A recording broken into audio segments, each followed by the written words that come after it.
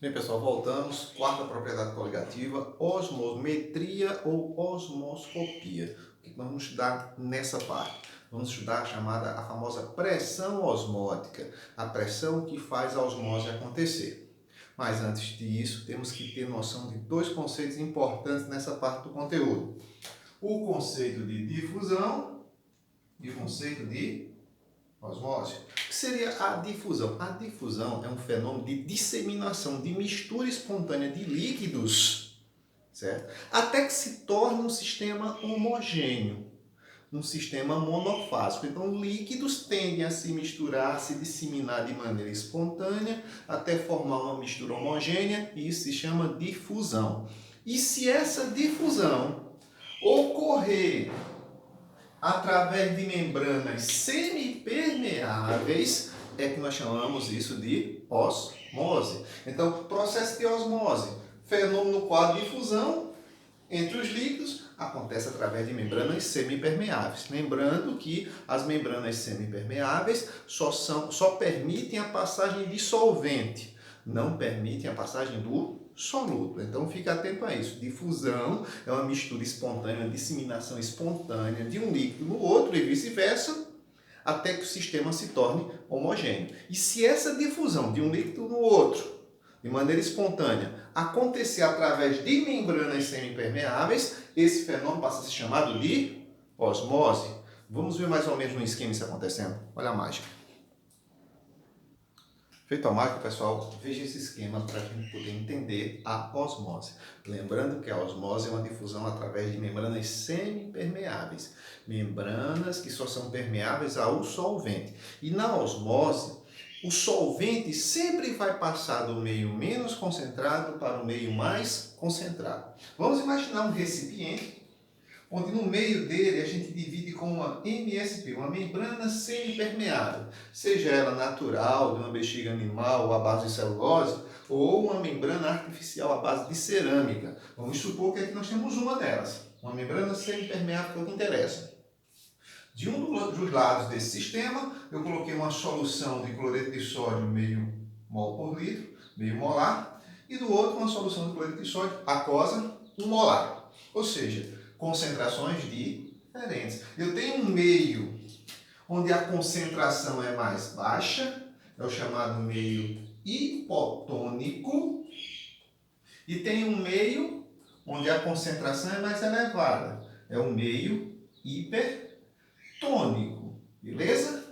Então, hipotônico, menor concentração, hipertônico, maior concentração. O processo de osmose sempre vai acontecer assim de maneira espontânea. O solvente vai sair do meio menos concentrado, do meio hipotônico, atravessar a membrana e passar para o lado do meio hipertônico. Apenas o solvente. Consequências disso, olha o que vai acontecer. A solução concentrada, devido à passagem do solvente no processo de osmose, ela vai ter um aumento de volume. Gradativamente a osmose vai acontecendo, o volume dessa solução mais concentrada vai crescer, enquanto essa menos concentrada, o seu volume vai cair. Nada em relação ao soluto vai mudar. A massa de soluto dessa solução continua a mesma e a massa de soluto da outra solução mais concentrada continua a mesma. O que muda é só a quantidade de solvente, porque no processo de osmose, o solvente vai sair do meio menos concentrado, espontaneamente atravessar a membrana semipermeável e chegar no meio mais concentrado. Isso vai ocasionar o quê? A solução menos concentrada, com a redução de volume, lembra que volume e concentração são inversamente proporcionais, a solução menos concentrada com essa redução de volume, ela vai ter um aumento na sua concentração. A outra, que é a mais concentrada, com o aumento do volume, ela vai ter uma redução na concentração. Olha para cá. Essa daqui aumenta a concentração, enquanto essa diminui a concentração. Até quando? Até quando elas se igualarem. Essa concentração passar a ser igual a essa, a osmose vai parar. Ou seja, os dois meios se tornarem isotônicos. isotônicos. Enquanto eles não forem isotônicos com a mesma concentração, o solvente vai passar do meio menos concentrado, através da membrana, e vai para o meio mais concentrado. Ou seja, gerando diluição na solução mais concentrada e gerando concentração na solução mais diluída. Então, esse processo de difusão, que é a disseminação do solvente dessa solução nessa outra, passando através de uma membrana seletiva, é chamado processo de osmose. Beleza? E como é que se poderia calcular essa pressão osmótica? Olha só, é impossível calcular a pressão osmótica aqui dentro do sistema. Mas existem artifícios que possibilitam o cálculo dessa pressão osmótica como? Aplicando uma pressão no sentido contrário para fazê-la parar. Por exemplo, existem sistemas no qual se aplica a força de um êmbolo, por exemplo, desse lado do sistema aqui, pode-se aplicar um êmbolo com uma certa pressão para fazer esse processo cessar. A exata pressão que faça o processo de osmose parar é o que nós chamamos de pressão osmótica. Ou seja, ela é meio que calculada de maneira indireta. Um equipamento que vai pressionar aqui, exercendo uma pressão aqui para que esse processo pare, a exata pressão exercida para parar, chamada pressão osmótica. Se você aplicar uma pressão maior, vai forçar o sistema a perder volume, vai passar apenas solvente de volta, seria a chamada osmose reversa.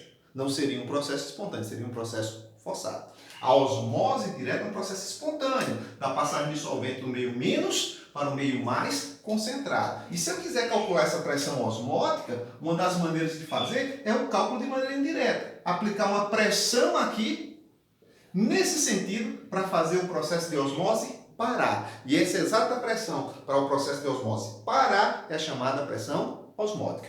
Temos como calcular isso também de maneira teórica, através da equação de estado do gás. Vou mostrar para vocês. Olha a mágica.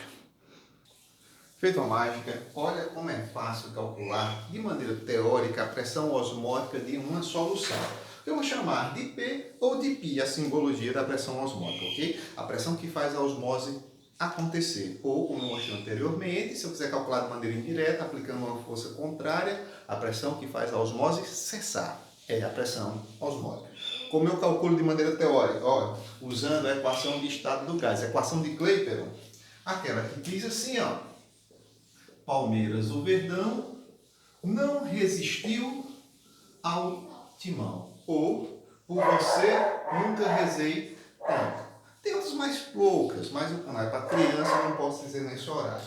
Então, eu vou usar PV-NRT para calcular a pressão osmótica. Da seguinte maneira, se eu quero achar a pressão, volume que está multiplicando, passa o quê? Dividindo. Então, ficaria NRT dividido por V. Aí, observa bem, quem é número de moles sobre volume, concentração estudada anteriormente, a molaridade. Substituindo aqui, então a pressão osmótica é nada mais nada menos do que a molaridade, vezes a constante universal dos gases, vezes a temperatura absoluta do sistema. E isso daqui, do jeito que está aqui, apenas para soluções moleculares. E se a solução for iônica? P, molaridade vezes R vezes T, vezes o fator de correção, o fator de Van't Hoff, para calcular. O Izinho já mostrei em aulas anteriores. Então, ó, nesse esquema onde eu uso o I, eu aplico para soluções iônicas. Sem o I, para soluções moleculares. Não se esquecendo de quem é quem? P ou π, pressão osmótica. M, molaridade.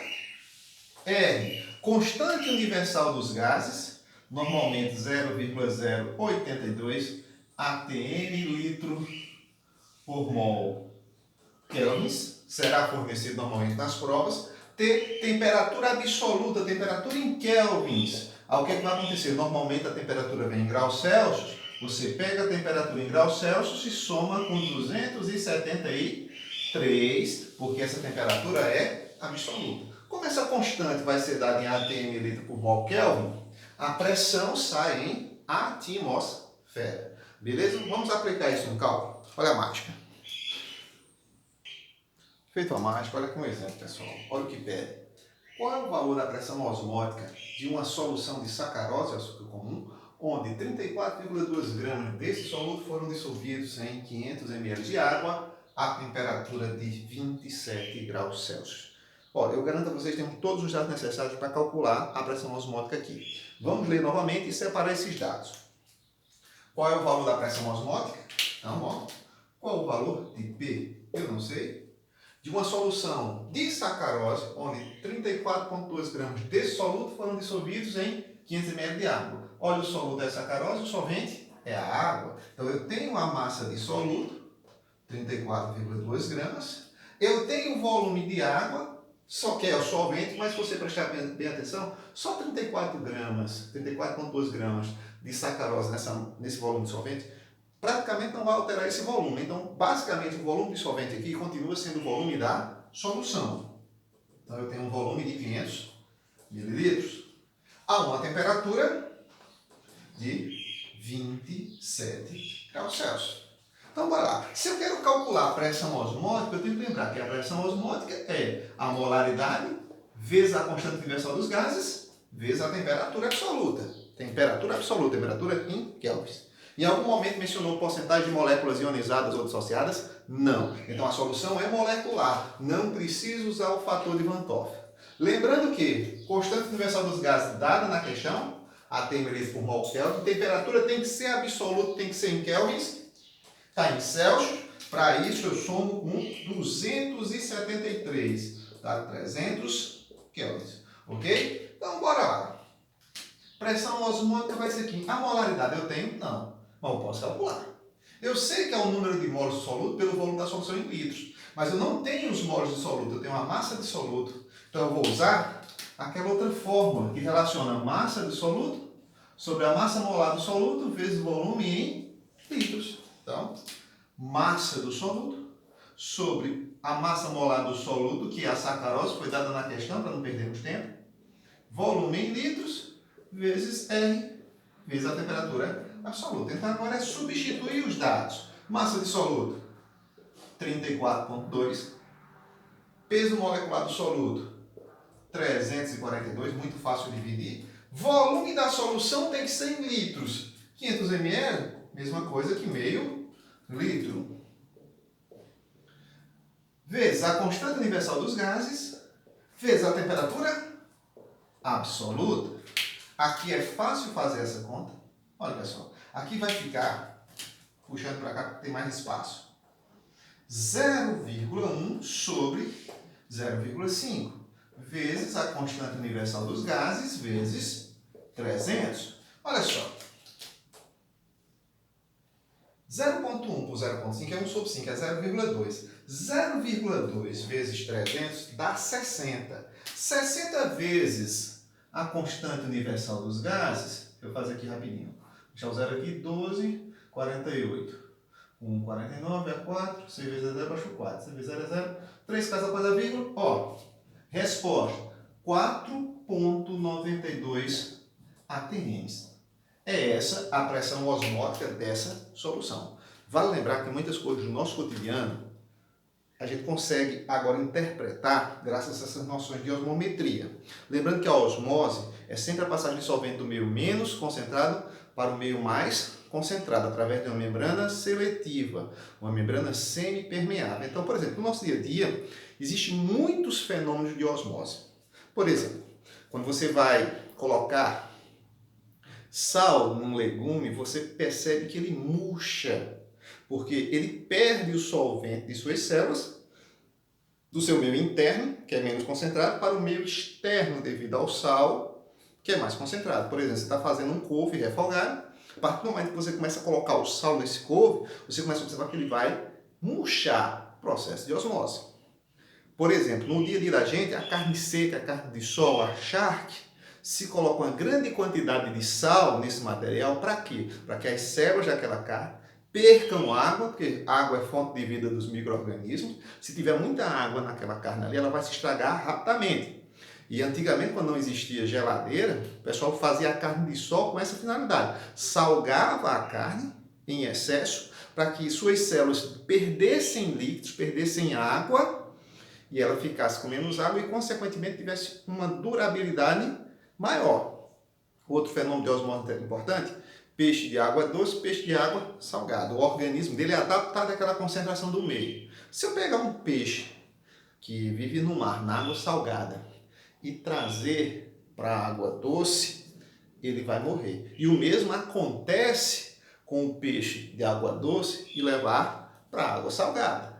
Ele vai sofrer um processo de osmose. Por exemplo, se eu pegar um peixe de água doce e levar para o mar, como o meio externo é mais concentrado, ele vai perder líquidos e vai murchar e morrer. Se for o contrário, se eu pegar um peixe de água salgada e levar para a água doce, pode acontecer o contrário. Como as suas soluções são mais concentradas, ele vai atrair o solvente através de suas membranas e suas células vão inchar e vai ocorrer a morte desse animal. Beleza? Então, até a próxima.